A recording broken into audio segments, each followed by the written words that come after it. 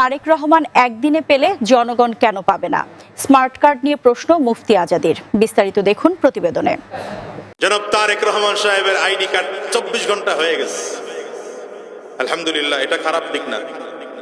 তো আমার কথা হচ্ছে, জনাব তারেক রহমান সাহেবের আইডি কার্ড যদি 24 ঘন্টায় করা যায়, আমারটা 24 ঘন্টা হবে না কেন? আপনারটা 24 ঘন্টা হবে না কেন?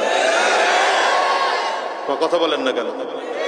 এখানে বাধাটা কোথায়? আমরা জন্ম নিছি, দুনিয়া হলো জন্ম নিবন্ধন আর ভোটার আইডি কার্ড আর হলো সার্টিফিকেটের নাম সংশোধন করার জন্য। এটা করতে করতেই তো জীবন পার। কি ঠিক না বেঠিক বলেন? আপনারা যদি জনাব তারেক রহমান সাহেবের আইডি কার্ডটাকে মাত্র 24 ঘন্টায় করতে পারেন, তাইলে বোঝা যায় আপনাদের কাছে এমন প্রযুক্তি আছে যে 24 ঘন্টা আইডি কার্ড বের করা যায়। আপনি সাধারণ মানুষকে সার্ভিসটা দিচ্ছেন না কেন? সুদ খাওয়ার জন্য, ঘুষের ব্যবসা করার জন্য। এই কথা বলেন না কেন?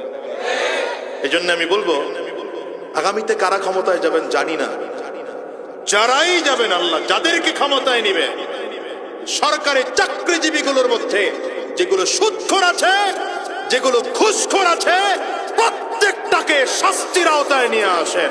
এই বাংলাদেশ অটোমেটিক সুন্দর হয়ে যাবে। আমার দেশের হাজারো মানুষকে আমি দেখেছি শুধুমাত্র আইডি কার্ড ঠিক করার জন্য 100 দিন দৌড়ায়, কাজ হয় না। জন্ম নিবন্ধন ঠিক করার জন্য দৌড়ায়। আমি এই জন্য এলাকায় যখন দায়িত্ব আমার আসলো, আমি প্রথম ঘোষণা দিয়েছি যে আমি জন্ম নিবন্ধন সংশোধন করে দেব তো দিবই, সরকারি ফি যতটুকু আছে সেটা পর্যন্ত কারো কাছ থেকে নেব না, আমি নিজের টাকায় সেটা করে দেব।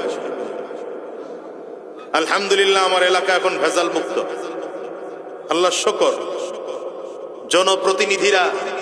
জনপ্রতিনিধি হইল যে আমার আয়সা আমার যেটা কাজ করতো এটা আমার প্রস্তাব দিছে, হুজুর 100 টাকা করে, স্বাক্ষর দিলে 100 করে। বুঝেন নাই কথা? আগের জন্য যেমনি দিছে, পরের জন্য যে এমনি প্রস্তাব দিব। বললাম কোনো 100 নাই, তুমি টাকা নিবা কম। আর আমি এটা ফ্রি করার ঘোষণা করে দিছি, নতুন আইডি জন্ম নিবন্ধন করবে তো ফ্রি, স্বাক্ষর দেব তাও ফ্রি। আমার তো জনগণের টাকা খাওয়ায়া ভোট নেওয়া লাগে নাই, তো আমি জনগণের সেবা দিতে গিয়ে টাকা খাবো কেন? এখন আপনারা যাদেরকে টাকা খাইয়া ভোট দেন, তার কাছ থেকে সেবা নিতে গেলে তো টাকা দিয়েই সেবা নেওয়া লাগবে।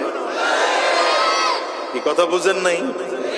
আমাদের চরিত্র ভালো না তো, আমাদের এই দেশের চরিত্র ভালো নয় জাতি।